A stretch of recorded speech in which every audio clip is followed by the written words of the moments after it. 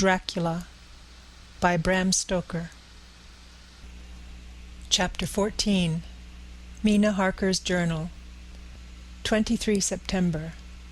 Jonathan is better after a bad night. I am so glad that he has plenty of work to do, for that keeps his mind off the terrible things, and oh, I am rejoiced that he is not now weighed down with the responsibility of his new position. I knew he would be true to himself, and now how proud I am to see my Jonathan rising to the height of his advancement, and keeping pace in all ways with the duties that come upon him. He will be away all day till late, for he said he could not lunch at home. My household work is done, so I shall take his foreign journal and lock myself up in my room and read it. 24 September. I hadn't the heart to write last night. That terrible record of Jonathan's upset me so. Poor dear. How he must have suffered, whether it be true or only imagination. I wonder if there is any truth in it at all. Did he get his brain fever and then write all those terrible things, or had he some cause for it all? I suppose I shall never know, for I dare not open the subject to him. And yet, that man we saw yesterday, he seemed quite certain of him. Poor fellow. I suppose it was a funeral upset him and sent his mind back on some train of thought. He believes it all himself. I remember how on our wedding day he said, "Unless some solemn duty come upon me to go back to the bitter hours, asleep or awake, mad or sane." There seems to be through it all some thread of continuity. That fearful Count was coming to London. If it should be, and he came to London, with its teeming millions, there may be a solemn duty, and if it come, we must not shrink from it. I shall be prepared. I shall get my typewriter this very hour and begin transcribing. Then we shall be ready for other eyes, if required. And if it be wanted then, perhaps, if I am ready, poor Jonathan may not be upset, for I can speak for him, and never let him be troubled or worried with it at all. If ever Jonathan quite gets over the nervousness, he may want to tell me of it all, and I can ask him questions and find out things, and see how I may comfort him. Letter, Van Helsing to Mrs. Harker. 24 September. Confidence. Dear Madam, I pray you to pardon my writing, in that I am so far friend as that I sent you sad news of Miss Lucy Westenra's death. By the kindness of Lord Godalming, I am empowered to read her letters and papers, for I am deeply concerned about certain matters vitally important. In them I find some letters from you, which show how great friends you were and how you love her. Oh, Madam Mina, by that love, I implore you, help me. It is for others' good that I ask, to redress great wrong, and to lift much trouble and terrible troubles, that may be more great than you can know. May it be that I see you? You can trust me. I am friend of Dr. John Seward, and of Lord Godalming, that was Arthur of Miss Lucy.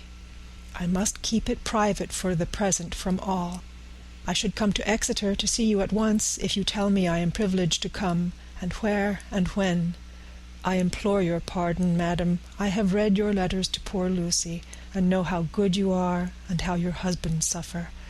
So I pray you, if it may be, enlighten him not, lest it may harm. Again your pardon, and forgive me. Van Helsing. Telegram Mrs. Harker to Van Helsing. 25 September.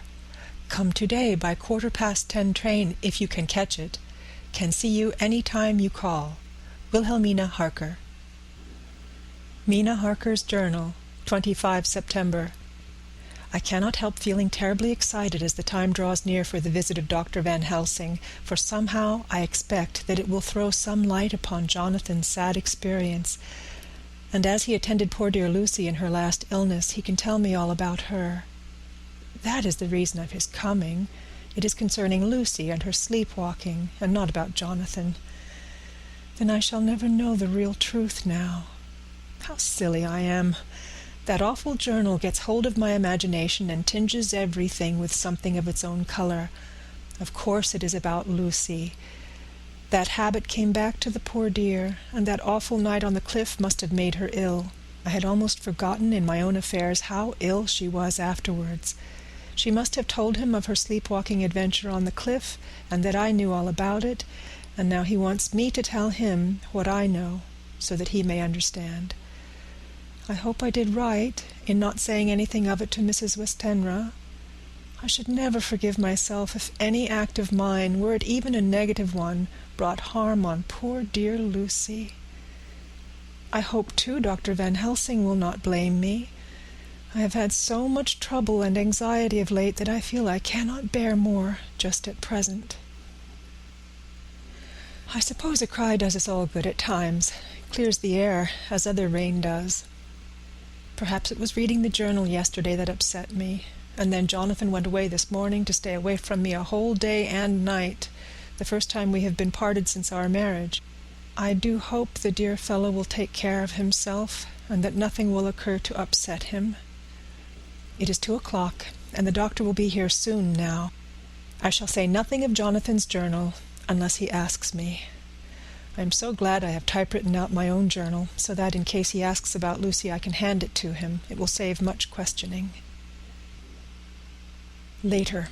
He has come and gone. Oh, what a strange meeting, and how it all makes my head whirl round.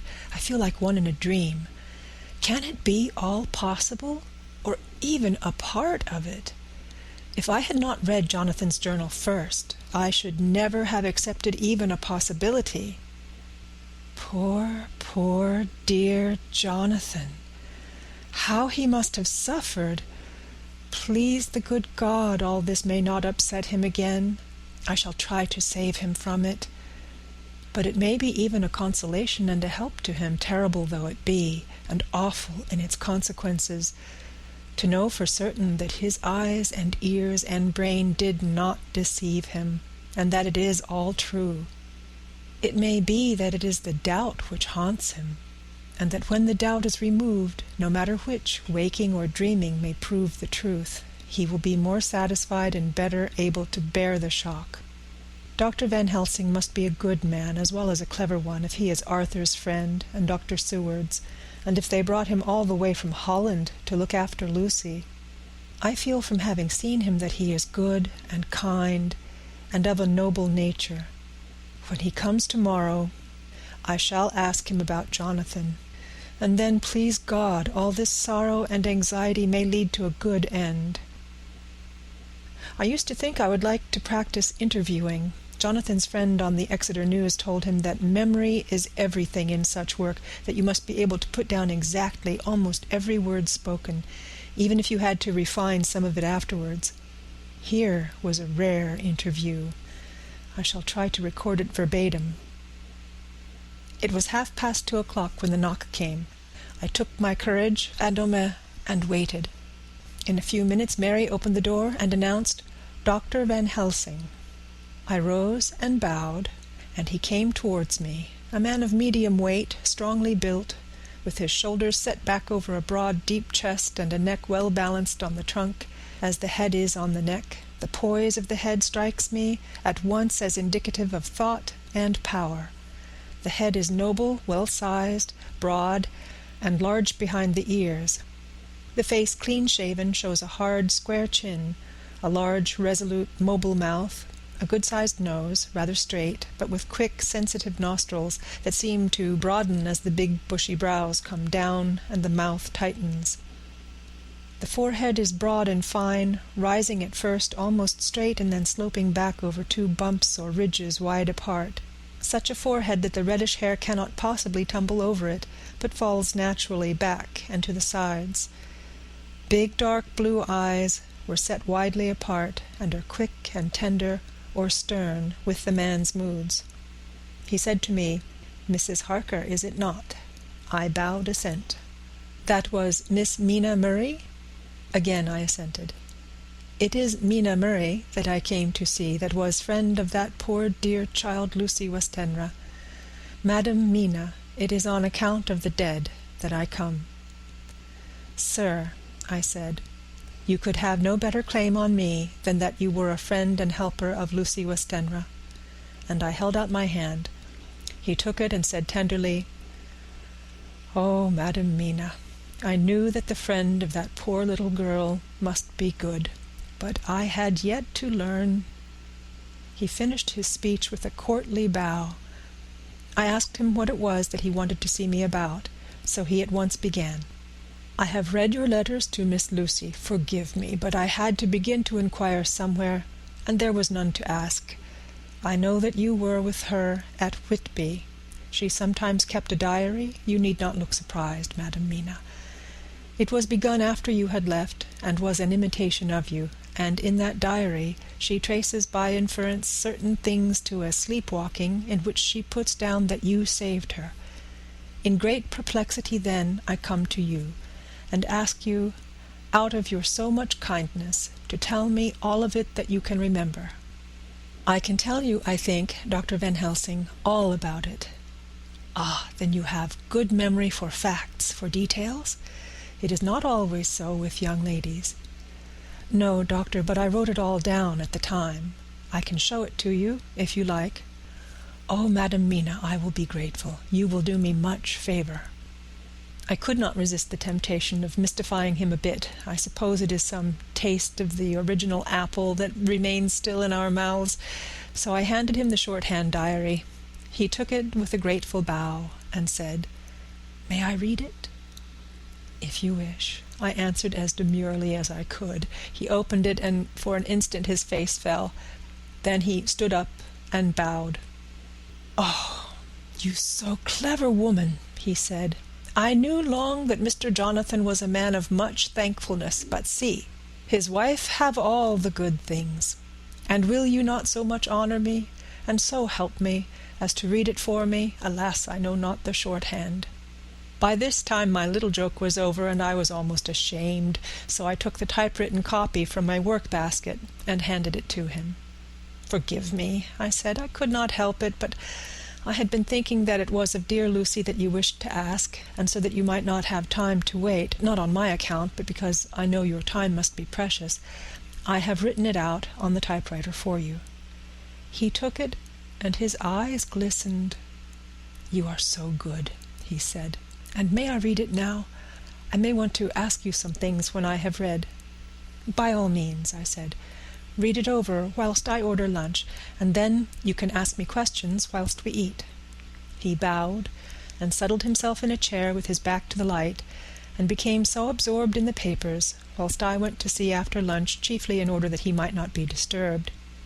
When I came back, I found him walking hurriedly up and down the room, his face all ablaze with excitement. He rushed up to me and took me by both hands. "Oh, Madam Mina," he said, "how can I say what I owe you? This paper is as sunshine. It opens the gate to me. I am dazed, I am dazzled with so much light, and yet clouds roll in behind the light every time. But that you cannot comprehend. Oh, but I am grateful to you, you so clever woman. Madam," he said this very solemnly, "if ever Abraham Van Helsing can do anything for you or yours, I trust you will let me know. It will be pleasure and delight if I may serve you as a friend. But all I have ever learned, all I can ever do, shall be for you and those you love. There are darknesses in life, and there are lights. You are one of the lights. You will have a happy life and a good life, and your husband will be blessed in you.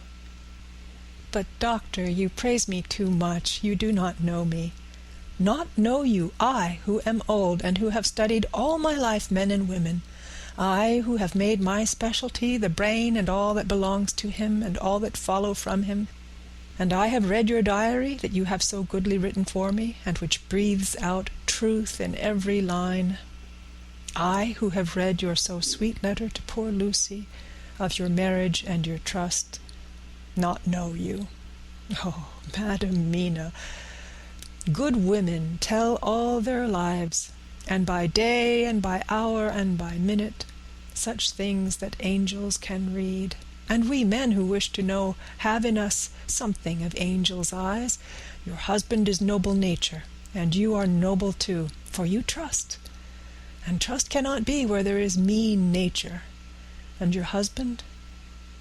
Tell me of him. Is he quite well? Is all that fever gone? And is he strong and hearty? I saw here an opening to ask him about Jonathan, so I said, he was almost recovered, but he has been greatly upset by Mr. Hawkins' death. He interrupted, "Oh, yes, I know. I have read your last 2 letters." I went on, "I suppose this upset him, for when we were in town on Thursday last, he had a sort of shock." "A shock? And after brain fever so soon? That is not good. What kind of shock was it?" "He thought he saw someone who recalled something terrible, something which led to his brain fever. And here the whole thing seemed to overwhelm me in a rush. The pity for Jonathan, the horror which he experienced, the whole fearful mystery of his diary, and the fear that has been brooding over me ever since, all came in a tumult. I suppose I was hysterical, for I threw myself on my knees and held up my hands to him and implored him to make my husband well again. He took my hands and raised me up and made me sit on the sofa and sat by me. He held my hand in his and said to me with, such infinite sweetness, 'My life is a barren and lonely one, so full of work that I have not had much time for friendships. But since I have been summoned to here by my friend John Seward, I have known so many good people and seen such nobility that I feel more than ever, and it has grown with my advancing years, the loneliness of my life. Believe me, then, that I come here full of respect for you, and you have given me hope, not in what I am seeking of, but that there are good women still left to make life happy, good women whose lives and whose truths may make good lesson for the children that are to be. I am glad that I may be of some use to you. For if your husband suffer, he suffer within the range of my study and experience.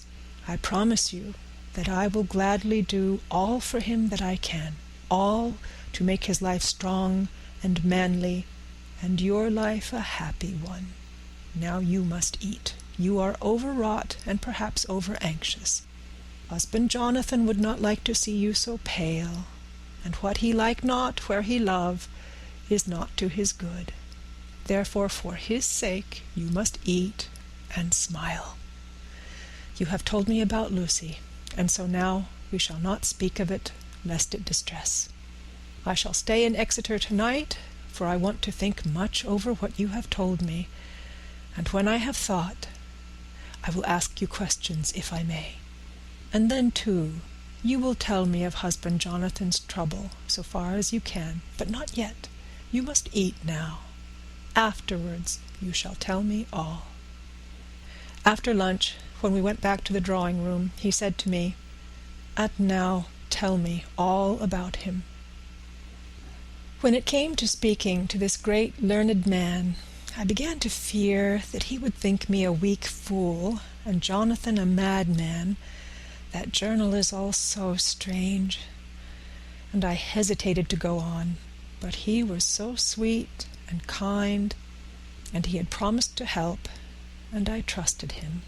So I said, "Dr. Van Helsing, what I have to tell you is so queer that you must not laugh at me or at my husband. I have been since yesterday in a sort of fever of doubt. You must be kind to me, and not think me foolish that I have even half believed some very strange things." He reassured me by his manner as well as his words when he said, "Oh, my dear, if you only know how strange is the matter regarding which I am here, it is you who would laugh. I have learned not to think little of anyone's belief, no matter how strange it may be. I have tried to keep an open mind, and it is not the ordinary things of life that could close it, but the strange things, the extraordinary things, the things that make one doubt if they be mad or sane. Thank you 1,000 times. You have taken a weight off my mind. If you will let me, I shall give you a paper to read. It is long, but I have typewritten it out. It will tell you my trouble and Jonathan's. It is the copy of his journal when abroad, and all that happened. I dare not say anything of it. You will read it for yourself and judge, and then when I see you, perhaps you will be very kind and tell me what you think. I promise, he said, as I gave him the papers. I shall in the morning, as soon as I can, come to see you and your husband, if I may. Jonathan will be here at 11:30, and you must come to lunch with us and see him then. You could catch the quick 3:34 train, which will leave you at Paddington before 8. He was surprised at my knowledge of the trains offhand, but he does not know that I have made up all the trains to and from Exeter, so that I may help Jonathan in case he is in a hurry. So he took the papers with him and went away, and I sit here thinking, I don't know what. Letter by hand, Van Helsing to Mrs. Harker. 25 September, 6 o'clock. Dear Madam Mina, I have read your husband's so wonderful diary. You may sleep without doubt. Strange and terrible as it is true. I will pledge my life on it. It may be worse for others, but for him and you there is no dread. He is a noble fellow, and let me tell you from experience of men, that one who would do as he did in going down that wall and to that room, aye, and going a second time, is not one to be injured in permanence by a shock. His brain and his heart are all right, this I swear, before I have even seen him, so be at rest. I shall have much to ask him of other things. I am blessed that today I come to see you, for I have learned all at once so much that again I am dazzled more than ever, and I must think. Yours the most faithful, Abraham Van Helsing. Letter, Mrs. Harker to Van Helsing. 25 September, 6:30 p.m. My dear Dr. Van Helsing, 1,000 thanks for your kind letter, which has taken a great weight off my mind. And yet, if it be true, what terrible things there are in the world, and what an awful thing if that man, that monster, be really in London. I fear to think. I have this moment, whilst writing, had a letter from Jonathan, saying that he leaves by the 6:25 tonight from Launceston, and will be here at 10:18, so that I shall have no fear tonight. Will you, therefore, instead of lunching with us, please come to breakfast at 8 o'clock, if this be not too early for you. You can get away, if you are in a hurry, by the 10:30 train, which will bring you to Paddington by 2:35. Do not answer this, as I shall take it that, if I do not hear, you will come to breakfast. Believe me, your faithful and grateful friend, Mina Harker. Jonathan Harker's Journal, 26 September. I thought never to write in this diary again, but the time has come. When I got home last night, Mina had supper ready, and when we had supped, she told me of Van Helsing's visit, and of her having given him the 2 diaries copied out, and of how anxious she has been about me. She showed me in the doctor's letter that all I wrote down was true. It seems to have made a new man of me. It was the doubt as to the reality of the whole thing that knocked me over. I felt impotent and in the dark and distrustful. But now that I know, I am not afraid, even of the Count. He has succeeded, after all, then, in his design in getting to London, and it was he I saw. He has got younger, and how? Van Helsing is the man to unmask him and hunt him out, if he is anything like what Mina says. We sat late and talked it over. Mina is dressing, and I shall call at the hotel in a few minutes and bring him over. He was, I think, surprised to see me. When I came into the room where he was and introduced myself, he took me by the shoulder and turned my face round to the light and said, after a sharp scrutiny, "But Madam Mina told me you were ill, that you had had a shock." It was so funny to hear my wife called Madam Mina by this kindly, strong-faced old man. I smiled and said, "I was ill. I have had a shock, but you have cured me already." "And how?" "By your letter to Mina last night. I was in doubt, and then everything took a hue of unreality, and I did not know what to trust. even the evidence of my own senses. Not knowing what to trust, I did not know what to do, and so had only to keep on working in what had hitherto been the groove of my life. The groove ceased to avail me, and I mistrusted myself. Doctor, you don't know what it is to doubt everything, even yourself. No, you don't. You couldn't with eyebrows like yours."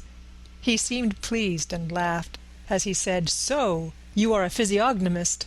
I learn more here with each hour. I am with so much pleasure coming to you to breakfast, and oh, sir, you will pardon praise from an old man, but you are blessed in your wife." I would listen to him go on praising Mina for a day, so I simply nodded and stood silent. "She is one of God's women, fashioned by his own hand to show us men and other women that there is a heaven where we can enter, and that its light can be here on earth. So true, so sweet, so noble, so little an egoist, and that, let me tell you, is much in this age, so skeptical and selfish. And you, sir, I have read all the letters to poor Miss Lucy, and some of them speak of you, so I know you since some days from the knowing of others. But I have seen your true self since last night. You will give me your hand, will you not? And let us be friends for all our lives." We shook hands, and he was so earnest and so kind that it made me quite choky. "And now," he said, "may I ask you for some more help? I have a great task to do, and at the beginning it is to know. You can help me here. Can you tell me what went before your going to Transylvania? Later on I may ask for more help, and of a different kind, but at first this will do." "Look here, sir," I said, "does what you have to do concern the Count?" "It does," he said solemnly. "Then I am with you heart and soul. As you go by the 10:30 train, you will not have time to read them, but I shall get the bundle of papers. You can take them with you and read them in the train." After breakfast I saw him to the station. When we were parting, he said, "Perhaps you will come to town if I send for you, and take Madam Mina too."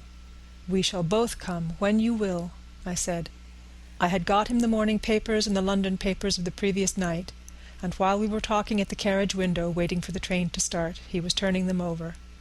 His eyes suddenly seemed to catch something in one of them, the Westminster Gazette, I knew by the colour, and he grew quite white. He read something intently, groaning to himself, mein God, so soon, so soon."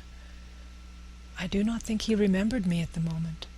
Just then the whistle blew and the train moved off. This recalled him to himself, and he leaned out of the window and waved his hand, calling out, "Love to Madam Mina. I shall write so soon as ever I can." Dr. Seward's Diary, 26 September.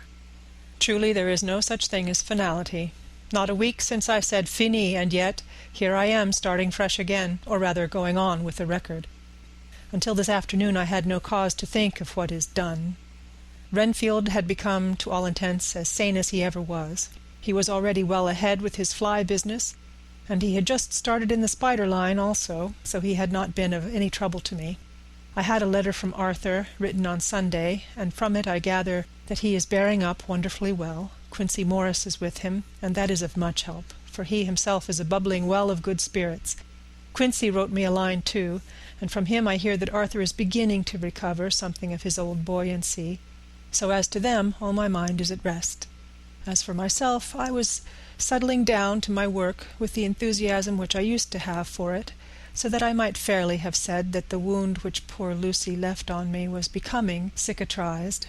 Everything is, however, now reopened, and what is to be the end, God only knows. I have an idea that Van Helsing thinks he knows too, but he will only let out enough at a time to whet curiosity. He went to Exeter yesterday and stayed there all night. Today he came back and almost bounded into the room at about 5:30 and thrust last night's Westminster Gazette into my hand. "What do you think of that?" he asked as he stood back and folded his arms. I looked over the paper, for I really did not know what he meant, but he took it from me and pointed out a paragraph about children being decoyed away at Hampstead. It did not convey much to me until I reached a passage where it described small puncture wounds on their throats. An idea struck me, and I looked up. "Well," he said. "It's like poor Lucy's." "And what do you make of it?" "Simply that there is some cause in common. Whatever it was that injured her has injured them." I did not quite understand his answer. "That is true indirectly, but not directly." "How do you mean, Professor?" I asked. I was a little inclined to take his seriousness lightly, for, after all, 4 days of rest and freedom from burning, harrowing anxiety does help to restore one's spirits. But when I saw his face, it sobered me. Never, even in the midst of our despair about poor Lucy, had he looked more stern. "Tell me," I said. "I can hazard no opinion. I do not know what to think, and I have no data on which to found a conjecture." "Do you mean to tell me, friend John, that you have no suspicion as to what poor Lucy died of? Not, after all the hints given, not only by events, but by me?" "Of nervous prostration following a great loss or waste of blood." "And how was the blood lost or wasted?" I shook my head. He stepped over and sat down beside me, and went on. "You are a clever man, friend John. You reason well, and your wit is bold, but you are too prejudiced. You do not let your eyes see, nor your ears hear, and that which is outside your daily life is not of account to you. Do you not think that there are things which you cannot understand, and yet which are? That some people see things that others cannot? But these are things old and new which must not be contemplated by men's eyes, because they know, or think they know, some things which other men have told them. Ah! It is the fault of our science that it wants to explain all, and if it explain not, then it says there is nothing to explain.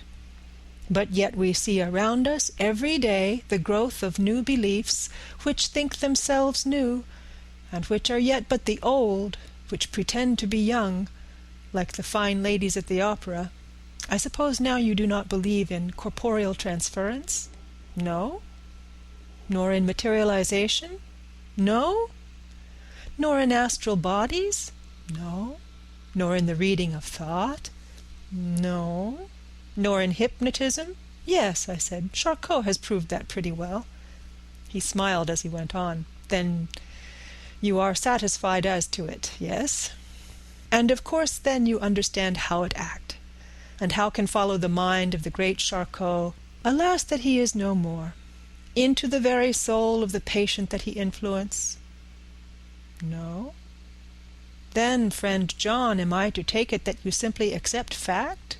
That you are satisfied to let from premise to conclusion be a blank? No? Tell me, for I am a student of the brain, how you accept hypnotism and reject the thought-reading. Let me tell you, my friend, that there are things done today in electrical science which would have been deemed unholy by the very man who discovered electricity, and who would themselves not so long before been burned as wizards. There are always mysteries in life. Why was it that Methuselah lived 900 years old, and old Parr 169, and yet that poor Lucy, with 4 men's blood in her poor veins, could not live even 1 day? For had she lived 1 more day, we could save her. Do you know all the mystery of life and death? Do you know the altogether of comparative anatomy, and can say wherefore the qualities of brutes are in some men and not in others? Can you tell me why, when other spiders die small and soon, that one great spider lived for centuries in the tower of the old Spanish church, and grew, till on descending he could drink the oil of all the church lamps? Can you tell me why in the Pampas, aye, and elsewhere, there are bats that come out at night and open the veins of cattle and horses and suck dry their veins? How in some islands of the western seas there are bats which hang on the trees all day, and those who have seen describe as like giant nuts or pods, and that when the sailors sleep on the deck, because that it is hot, flit down on them, and then in the morning are found dead men, white as even Miss Lucy was. Good God, Professor, I said, starting up. Do you mean to tell me that Lucy was bitten by such a bat? And that such a thing is here in London in the 19th century? He waved his hand for silence and went on. Can you tell me why the tortoise lives more long than generations of men, why the elephant goes on till he sees dynasties, and why the parrot never die only of bite of cat or dog or other complaint? Can you tell me why men believe in all ages and places that there are men and women who cannot die? We all know, because science has vouched for the fact, that there have been toads shut up in rocks for thousands of years, shut in one so small hole that only hold him since the youth of the world. Can you tell me how the Indian fakir can make himself to die and have been buried, and his grave sealed, and corn sowed on it, and the corn reaped and be cut and sown and reaped and cut again, and then men come and take away the unbroken seal, and that there lie the Indian fakir, not dead, but that rise up and walk amongst them as before? Here I interrupted him. I was getting bewildered. He so crowded on my mind his list of nature's eccentricities and possible impossibilities that my imagination was getting fired. I had a dim idea that he was teaching me some lesson, as long ago he used to do in his study at Amsterdam. But he used to tell me the thing so that I could have the object of thought in mind all the time. But now I was without his help, yet I wanted to follow him, so I said, Professor, let me be your pet student again. Tell me the thesis, so that I may apply your knowledge as you go on. At present I am only going in my mind from point to point as a madman, and not a sane one, follows an idea. I feel like a novice lumbering through a bog in a mist, jumping from one tussock to another in the mere blind effort to move on, without knowing where I am going. That is a good image, he said. Well, I shall tell you. My thesis is this. I want you to believe. To believe what? To believe in things that you cannot. Let me illustrate. I heard once of an American who so defined faith: that faculty which enables us to believe things which we know to be untrue. For one, I follow that man. He meant that we shall have an open mind and not let a little bit of truth check the rush of the big truth, like a small rock does a railway truck. We get the small truth first, good. We keep him, and we value him. But all the same, we must not let him think himself all the truth in the universe. Then you want me not to let some previous conviction inure the receptivity of my mind with regard to some strange matter. Do I read your lesson aright? Ah, you are my favorite pupil still. It is worth to teach you. Now that you are willing to understand, you have taken the first step to understand. You think, then, that those so small holes in the children's throats were made by the same that made the holes in Miss Lucy? I suppose so.